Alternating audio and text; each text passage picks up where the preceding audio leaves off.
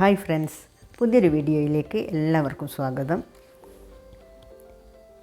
ഇന്ന് ഞാൻ ഉച്ചയ്ക്ക് ലഞ്ചിന് വേണ്ടിയിട്ട് നല്ല ടേസ്റ്റി ആയിട്ടുള്ള ഒരു വെജിറ്റബിൾ ബിരിയാണിയാണ് ഉണ്ടാക്കുന്നത്. അതിന് വേണ്ടിയിട്ട് ഞാൻ 3 സവാള നേരിയതായിട്ട് കട്ട് ചെയ്തെടുത്ത് വെച്ചിട്ടുണ്ട്. പിന്നെ ഒരു ക്യാരറ്റ്, 2 ഉരുളക്കിഴങ്ങ്, കുറച്ച് ബീൻസ്, കുറച്ച് കോളിഫ്ലവർ, 2 തക്കാളി, കുറച്ച് മല്ലിയില, കുറച്ച് പുതിനയില, ഇതെല്ലാം എടുത്ത് വെച്ചിട്ടുണ്ട്. പിന്നെ ഒരു വലിയ പീസ് ഇഞ്ചിയും 10-20 ചെറിയ വെളുത്തുള്ളിയും 10-12 പച്ചമുളകും കൂടി എടുത്തിട്ടുണ്ട്. ഇത് മിക്സിയിലിട്ടിട്ട് ഒന്ന് ചതച്ചെടുക്കണം. ബിരിയാണിയിലേക്ക് എപ്പോഴും ഇഞ്ചിയും വെളുത്തുള്ളിയും പച്ചമുളകും അധികം അരഞ്ഞു പോകാതെ ഒന്ന് ചതച്ചെടുത്തിട്ട് ചേർക്കുമ്പോഴാണ് ടേസ്റ്റ് കിട്ടുക.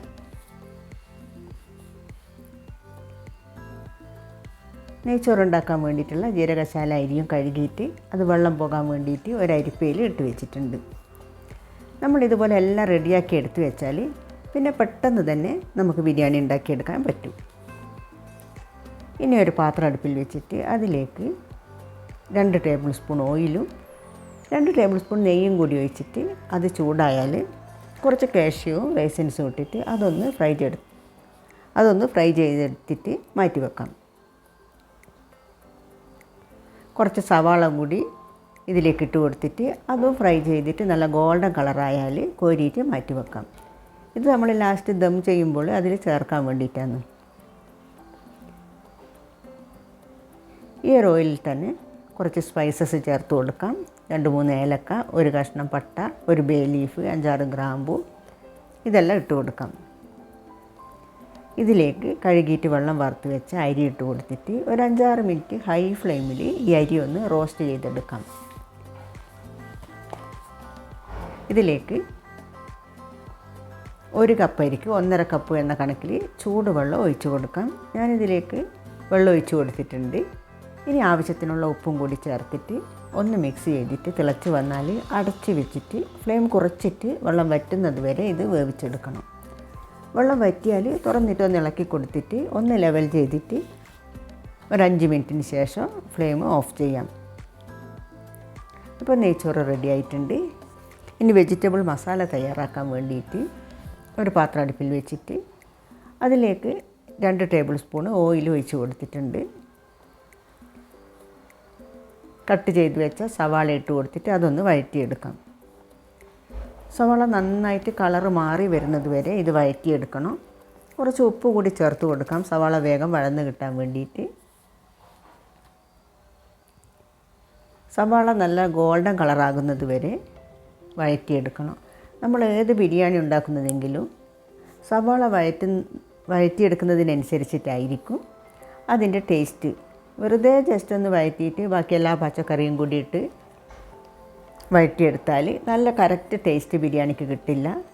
സവാള ഇപ്പോൾ പാകത്തിന് വഴന്ന് വന്നിട്ടുണ്ട്.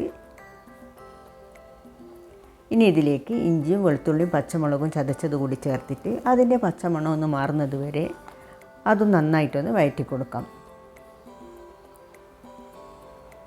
ഇപ്പോൾ ഇതിൻ്റെ പച്ചമണമൊക്കെ മാറി വന്നിട്ടുണ്ട്. ഇനി 1/2 ടീസ്പൂൺ മഞ്ഞൾപ്പൊടിയും 3/4 ടീസ്പൂൺ ഗരം മസാലയും കൂടി ചേർത്തിട്ട് കട്ട് ചെയ്ത് വെച്ച തക്കാളിയും കൂടി ഇതിലേക്ക് ചേർത്ത് കൊടുക്കാം. തക്കാളി ചേർത്തിട്ട് അത് നല്ല വെന്ത് സോഫ്റ്റായി വരുന്നത് വരെ വേവിച്ചെടുക്കണം.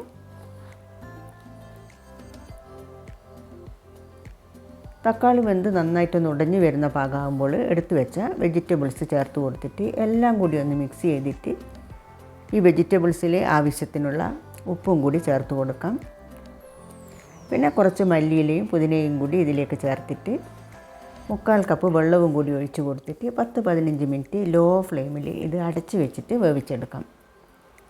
15 മിനിറ്റിന് ശേഷം തുറന്നിട്ട് ഇതിലേക്ക് പകുതി ചെറുനാരങ്ങ കൂടി പിഴിഞ്ഞ് ഒഴിച്ച് കൊടുക്കാം. ഞാൻ ഈ പാത്രത്തിൽ തന്നെയാണ് ദം ചെയ്യുന്നത്. കുറച്ച് മസാല ഇതിൽ നിന്ന് മാറ്റി വെച്ചിട്ട് അതിൻ്റെ മുകളിലായിട്ട് പകുതി ചോറിട്ട് കൊടുക്കാം. അതിൻ്റെ മുകളിൽ ബാക്കി മസാല ഇട്ട് കൊടുക്കാം. കുറച്ച് സവാള ഇട്ട് കൊടുക്കാം. പിന്നെ ബാക്കി ചോറിട്ട് കൊടുക്കാം. ഇങ്ങനെ 2-3 ലെയറായിട്ടാണ് ഞാനിത് ദം ചെയ്തെടുക്കുന്നത്.